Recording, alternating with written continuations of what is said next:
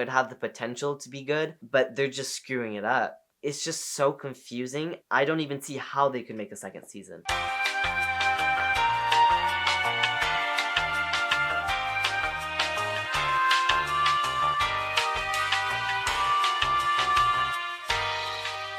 What a disaster that show is turning out to be. It's not as I would expect it to be. I mean, you've got like the exact same actor for what's his name? I forgot his name. It's the little Warwick Davis. Yes, you still have him, and yet it still turns out really bad. Yeah, I think that the whole what you were saying, it's not what I expected it to be, or it's hard. I think that's actually the point for the writers is they were trying to be unexpected. Right. And the problem is it wasn't unexpected. It didn't make sense because they were setting things up, but then not following through. And then they were not setting certain things up, and then things happened, and you go, why'd that happen? Didn't make any sense. Exactly. So, It's just, the whole thing's confusing. And the last episode we watched, I didn't understand what was going on. Like, the guy said, "Who brought the butter?" or something like that. Like, where is that even coming from? It makes no sense. That joke was... I remember I looked at your dad and I was like, what did he say? Who brought the butter? Yeah, like... I was like, did I miss the joke? Because it wasn't funny. It was just out there. Yeah. So there was, and there wasn't even a good grasp on what the joke was about either. Yeah. So that's a really good point. That there was nothing related to their experience up to that point that made Who Brought the Butter make sense. Exactly. Yeah. Same thing happened earlier in the previous episode when they had a little critter that was getting sick, and the Graydon said, oh, he needs to rest or something, he needs to recuperate. And Borman happened to be there and said, well, it seems to me like he just needs to go and do what we all do to recuperate. And the kid looked at him and like, I don't understand what you're talking about. And he goes, needs to mate. And I'm like, what a stupid thing to say. I know. And yeah, so the jokes that are coming in don't really make any sense. And the fact that you came in with no experience, no prior knowledge really, or no complete amount of knowledge of what had been happening, because you haven't really watched the show consistently. No. I think that the show was made for people like you, but then you didn't even get it, you know? And not on top of that, like, I don't understand what any of the characters, like, it's just all confusing. Like, at the end of the episode, who was the guy that was supposedly dead? Was it... I forgot his name. The guy who was supposedly dead? The one that Oh, Graydon. Yes, Graydon. Yeah. Like, he meets this girl, and I don't know who this girl is, because nothing is explained. So it's like, I don't know who she is, because she kind of reminds me of Alora. It is Alora. It's the same actress. Okay. Just her hair's cut short. But yeah, it didn't make any sense. No. Like, yeah. So is he now supposedly supposed to be convinced that this is the real Alora? Because I don't believe he would believe that's really exactly. her. And on top, she had literally like an army of undead behind her. Yeah. So like, it was weird. that is one given that you should know that this isn't the real Alora. Yeah. Because she would never do this. Yeah, exactly. So nothing made sense. And that's why anything that happened could have happened. Anything that we saw in the last episode absolutely could have happened because nothing leading up to it has made sense. So why not have a bunch of nonsense happen? I know. Like, you gotta keep going. You can't just have it stop. Yeah. So. Anyway, are you looking forward to season 2? Because they certainly allude to that in the last second. I'm surprised they're even going on to a season 2 with how bad the reviews are and everything. So. Do you know anybody who has seen this show and enjoyed it? No. No one. Not a single soul. I'm not even convinced the people who've put positive reviews online really think that way. Yeah. I think they think that part of it is okay and like it could have the potential to be good, but they're just screwing it up. Like, yeah. I don't even understand why bring back Willow, because Willow, the movie, is like really old. So to wait like 30 years to make a TV show, that's just like, you don't have it fresh in your mind. Like, they could have watched the old movie and then used that to like try and come up with something, but like, it doesn't feel like it's even the same. No, because not only that, there was no cliffhanger in the movie to result to another movie or TV show or anything like that. I totally agree. So I'm glad that you picked up on that as well, because as a fan of the movie, like somebody who really loved it and would have loved to seen a sequel, it's interesting to me because you're young enough that Willow the movie would even be not an old movie. Like you would have just seen it in the last 10 years-ish, right? Right, yeah. So for me, I saw it 30 years ago. Exactly.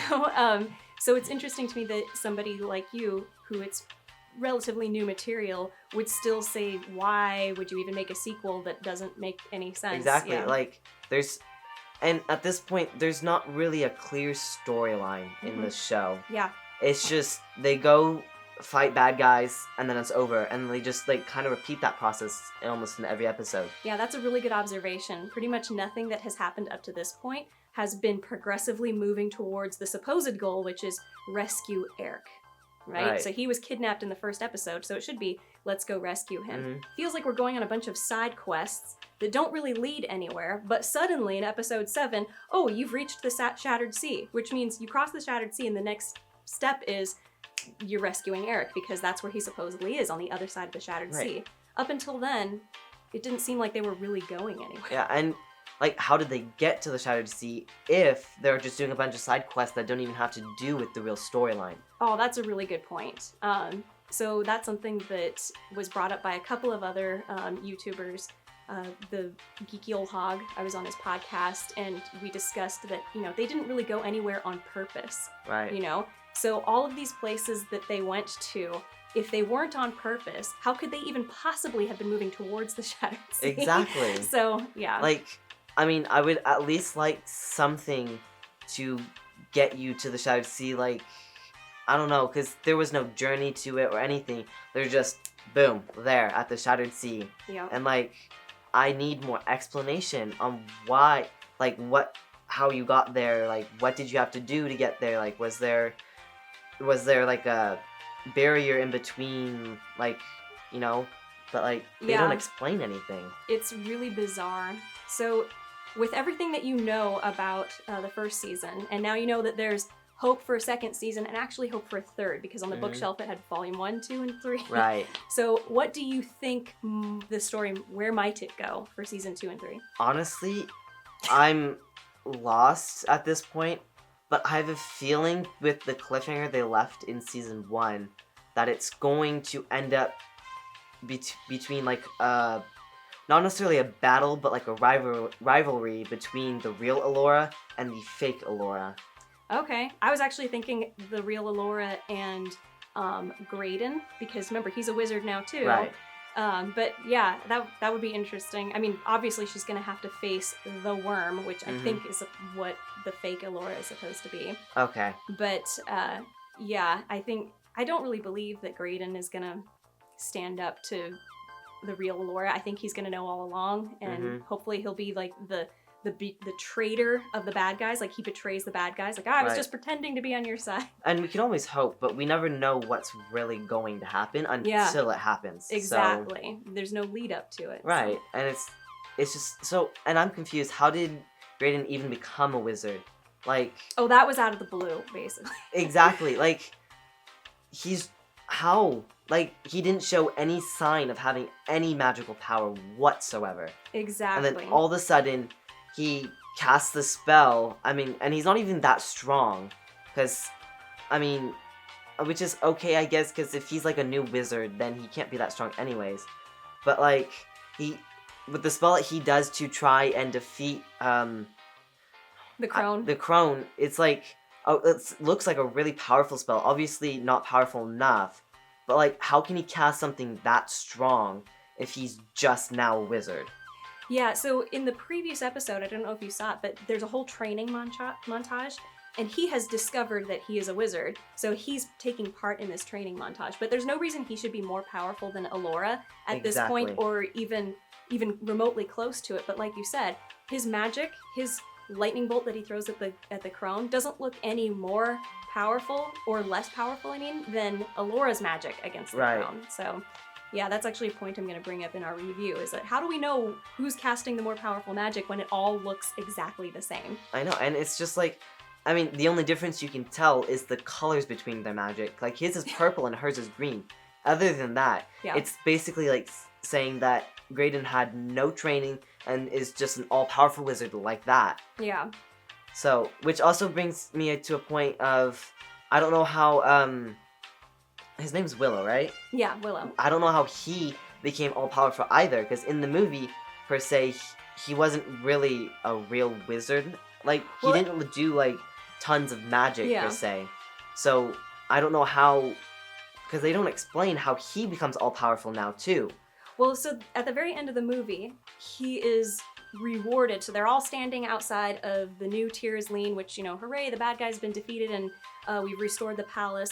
And it's his farewell to everybody. And Okay. Finn Rizal hands him a spell book and says, here, you can teach yourself and you can learn this, it's great. And she says, I know that you're on your way to becoming a great sorcerer.